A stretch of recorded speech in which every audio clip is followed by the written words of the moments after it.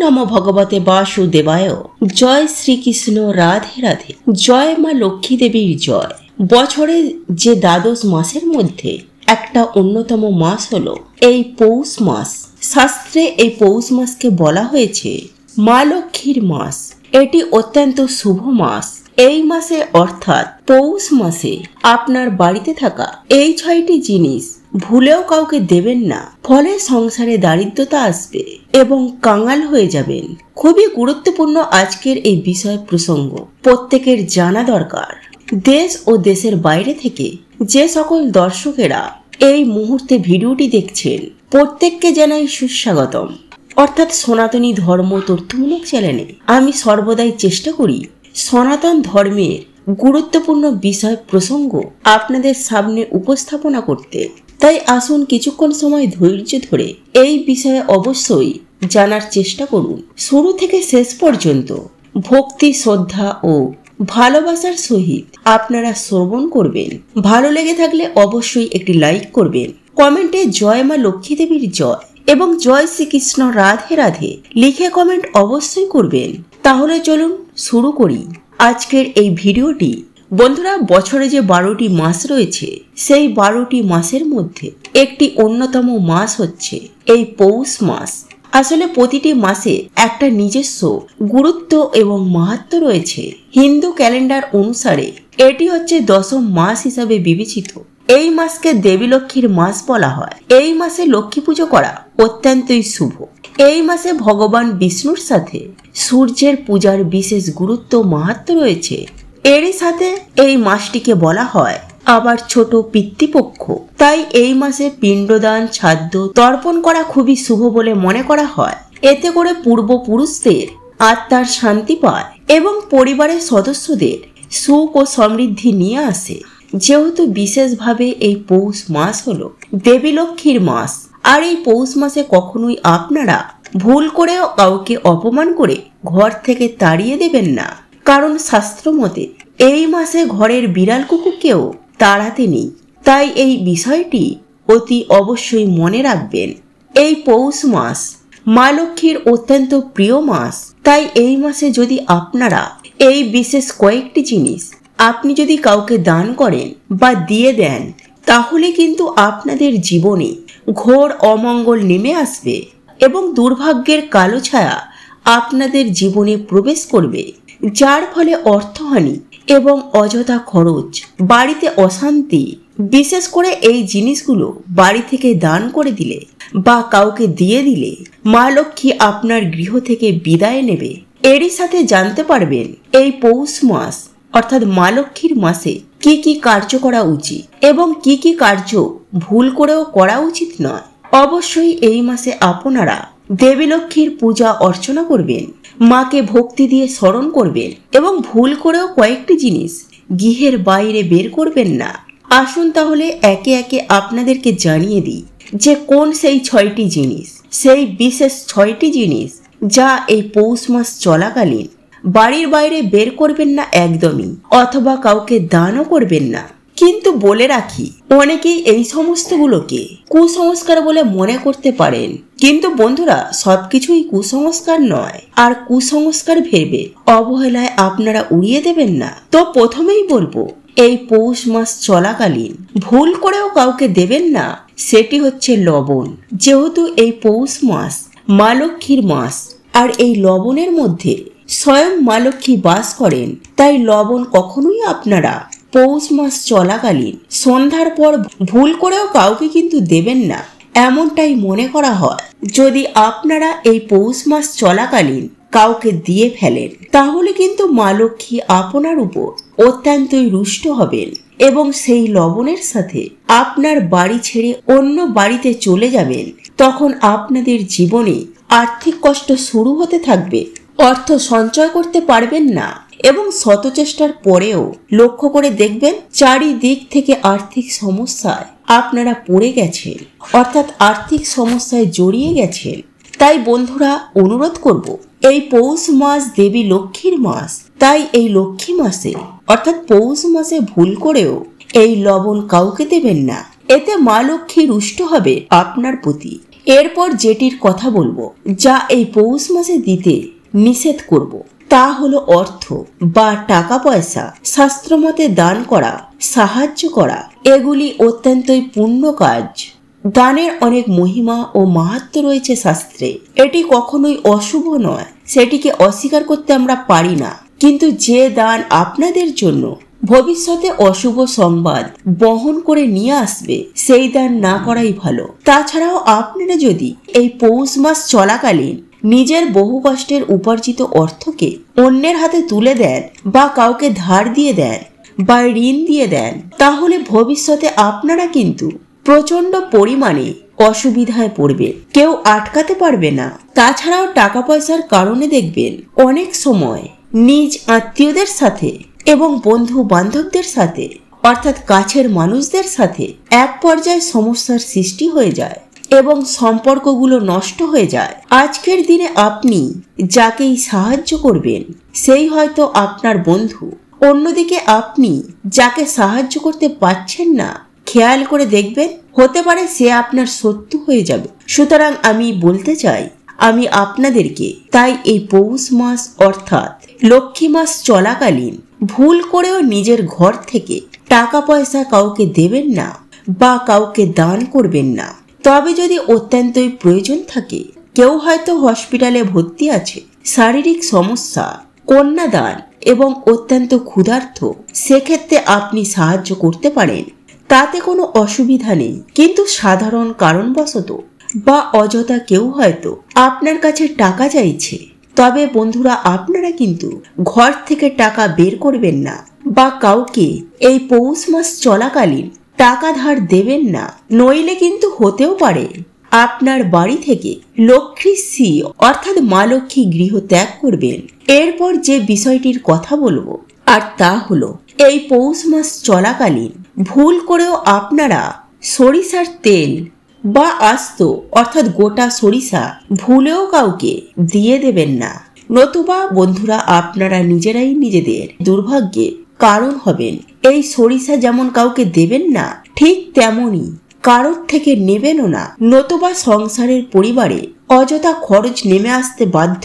এরপর যে জিনিসটির কথা আপনাদেরকে জানিয়ে দেব, তা হলো এই পৌষ মাস চলাকালীন কাউকে দিতে নিষেধ করব, আর সেটি হচ্ছে গো উৎপাদিত কোনো জিনিস, যেমন ক্ষীর, ছানা, দুধ, দই, মিষ্টি, ঘি, এইরূপ খাদ্যগুলো ভুল করেও এই পৌষ মাস চলাকালীন কাউকে দেবেন না, নতুবা এতে মা লক্ষ্মী আপনার ওপর রাগান্বিত হয়ে যেতে পারেন।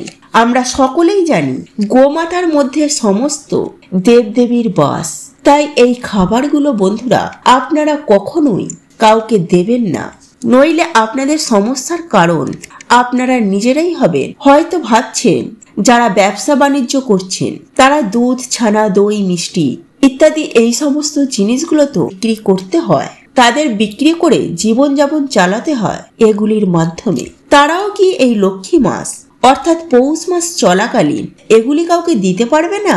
সেক্ষেত্রে অবশ্যই বলবো সেটা কিন্তু সম্পূর্ণ বিষয়টি আলাদা।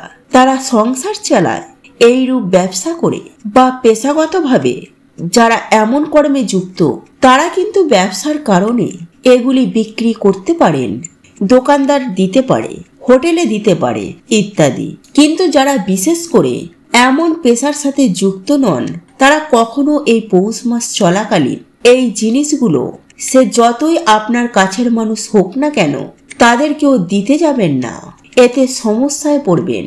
এই বিষয়টি অবশ্যই মাথায় রাখবেন। এরপর যে বিষয়টি আপনাদেরকে জানিয়ে দেব, আর তা হলো এই পৌষ মাস চলাকালীন কাউকে দিতে আমি নিষেধ করব, সেটি হচ্ছে ঠাকুরের কাজে ব্যবহৃত সমস্ত দ্রব্য অর্থাৎ ঠাকুরের জিনিসপত্র। এটি অত্যন্তই পবিত্র, এগুলি থেকে শুদ্ধতা আসে বা শুভ শক্তি নির্গত হন তাই ঠাকুর ঘরে ব্যবহৃত বা ঠাকুরের সেবায় নিয়োজিত জিনিসগুলো আপনারা ব্যবহার করেন। তামা, পিতল, চন্দন কাঠ, চন্দন পিড়ি, ঘণ্টা, জলশঙ্খ, প্রদীপ, থালা প্রভৃতি এই জিনিসপত্রগুলো আপনারা এই পৌষ মাস চলাকালীন বা শুধুমাত্র কিন্তু এই পৌষ মাস চলাকালীন নয়, যে কোনো মাসেই নিজেদের বাড়ি থেকে বের করবেন না, অর্থাৎ কাউকে দেবেন না, নইলে প্রচুর সমস্যায় পড়তে পারেন হয়তো। কারণ ঠাকুরের জিনিসপত্রের মধ্যে অত্যন্তই পজিটিভ এনার্জি থাকে। অবশ্যই এটা মনে রাখবেন। এগুলি বাড়িতে থাকায় অনেক অশুভ শক্তি নাশ করতে সাহায্য করে। আর বন্ধুরা, আপনারা যদি এগুলি কাউকে দান করে দেন বা একেবারেই দিয়ে দেন বা ব্যবহার করতে দেন, তাহলে কিন্তু আপনারা আপনার গৃহে শুদ্ধতা বা পবিত্রতা অথবা পজিটিভ এনার্জি আপনার গৃহ থেকে বাইরে বেরিয়ে যাবে এবং অশুভ শক্তি অতিরিক্ত পরিমাণে আপনাদের গৃহের ভেতরে ছড়িয়ে পড়বে, যার ফলে পরিবারের সদস্যদের স্বাস্থ্যহানি, অর্থহানি, অপচয়, আর্থিক কষ্ট এইরূপ সমস্যায় আপনারা জর্জরিত হয়ে পড়বেন। তা অবশ্যই নিজে ভালো থাকুন এবং পরিবারকে সুখী করতে ভুল করেও এই জিনিসপত্রগুলি বা ঠাকুরের কাজে ব্যবহৃত জিনিসপত্রগুলি সেগুলি কাউকে যেমনি দেবেনও না, ঠিক তেমনি কারোর থেকে নেবেনও না। যদি নিজেদের ভালো চান তবে এই নিয়মগুলি অবশ্যই মেনে চলবেন। তবে বাকিটা কিন্তু আপনার ব্যক্তিগত ব্যাপার যে আপনি মেনে চলবেন কি চলবেন না, কারণ নিজের ভালো তো সবাই বোঝে। তো সেটা আপনার ওপর ছেড়ে দিলাম। এরপর সর্বশেষ যেটির কথা বলবো, যা এই পৌষ মাস চলাকালীন আপনাকে দিতে নিষেধ করব, আর তা হলো আতপ চাল, ধান, চাল। এগুলি হচ্ছে স্বয়ং দেবী লক্ষ্মীর স্বরূপা। তো দেবী লক্ষ্মী ধন ও ঐশ্বর্যের দেবী। তো বন্ধুরা, যদি নিজের ভালো চান বা নিজের পরিবারের উন্নতি চান, তাহলে ভুল করেও এই চাল অন্য কাউকে ঘর থেকে বের করে দেবেন না, সে যতই আপনার অতি আপনজন হোক না কেন। এই লক্ষ্মী মাস চলাকালীন যদি নিজের গৃহ থেকে চাল অন্য কাউকে দিয়ে দেন, তাহলে নিজের হাতে আপনি মা লক্ষ্মীকে অন্যের হাতে তুলে দিচ্ছে এবং এইরূপ কাজে মা লক্ষ্মী অত্যন্তই রুষ্ট হন। তবে যদি আপনি অত্যন্ত ক্ষুধার্ত বা অতি দুস্থ, দুঃখী, দরিদ্র মানুষকে দান করতে পারেন, তখন দেবী লক্ষ্মী দেখবেন আপনি অত্যন্ত নিঃস্ব ক্ষুধার্তকে দিচ্ছেন।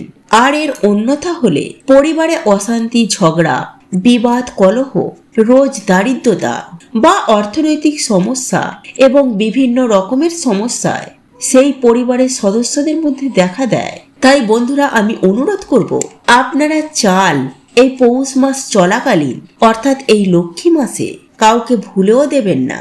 আমি আবারও বলছি, যদি আপনার পূর্ণ বিশ্বাস থাকে তো অবশ্যই এই নিয়মগুলি মেনে চলতে পারেন। আর যদি বিশ্বাস না হয় তাহলে মানার কোনো দরকার নেই, সেটা আপনার ব্যাপার, মানবেন কি মানবেন না। আসুন এরই সাথে আমরা একটুখানি জেনে নিই পৌষ মাসে কোন কাজগুলি করা উচিত এবং কোন কাজগুলো একদমই করা উচিত নয়। শাস্ত্র অনুসারে পৌষ মাসে সূর্যের পূজা করুন। এরই সাথে ওং সূর্যায় নমঃ এই মন্ত্রটি অবশ্যই জপ করবেন যতবার পারবেন। পৌষ মাসে প্রতিদিন সূর্যদেবকে জল নিবেদন করা অত্যন্তই শুভ। জলে সিঁদুর, লাল ফুল এবং সামান্য অক্ষত চাল দিয়ে এবং পৌষ মাসে ভগবান বিষ্ণুর পুজো করাও অত্যন্ত শুভ বলেও মনে করা হয়। এক্ষেত্রে নিয়মিত পূজার পাশাপাশি গীতা ও বিষ্ণুর সহস্র নাম অবশ্যই পাঠ করুন। ভগবান বিষ্ণুর আশীর্বাদ পেতে এই মাসে লাল বা হলুদ বস্ত্র পরিধান করুন, এতে ভালো ফল আসবে। পৌষ মাসে দানের বিশেষ গুরুত্ব রয়েছে, তাই এই মাসে আপনি যা দান করতে পারেন আর তা হলো অভাবীদের কম্বল, গরম কাপড়। যেহেতু এটি শীতকাল তাই অবশ্যই এগুলি আপনি দান করতে পারেন। জাফরান, গুড় ও তিল ইত্যাদি দান করতে পারেন। পূর্বপুরুষদের শান্তির জন্য এই মাসে তর্পণ, পিণ্ডদান ইত্যাদি করা শুভ বলে মনে করা হয়। পৌষ মাসে গুড় খাওয়া শুভ বলে মনে করা হয়। এছাড়াও লবঙ্গ, আদার মতো গরম জিনিস খেতে পারেন। বেগুন, মূলা, মুসুর ডাল, ফুলকপি, অরহর ডাল পৌষ মাসে একদমই খাবেন না। এই মাসে মাংস, মদ খাওয়া একদমই উচিত নয়, এটি স্বাস্থ্যের ওপর খারাপ প্রভাব ফেলে। পৌষ মাসে চিনি একদমই খাবেন না। পৌষ মাসে খড় মাস বা মল মাস শুরু হয়, তাই কোনো প্রকারের শুভ কাজ করা নিষেধ। এই মল মাসে নতুন কোনো কাজ বা ব্যবসা একেবারেই শুরু করবেন না, এতে চরম ক্ষতির সম্মুখীন হতে পারেন। পৌষ মাসে লবণ খাওয়া কমিয়ে দিন, এতে কোনো খারাপ নজর বা অশুভ শক্তি পরিবারের ওপর পড়ার আশঙ্কা কমে যায়। তো এই ছিল আমাদের আজকের ভিডিও। ভিডিওটি কেমন লাগলো তা কমেন্ট করে অবশ্যই নিজের মতামত জানাবেন। ভালো লেগে থাকলে অবশ্যই একটি লাইক করবেন।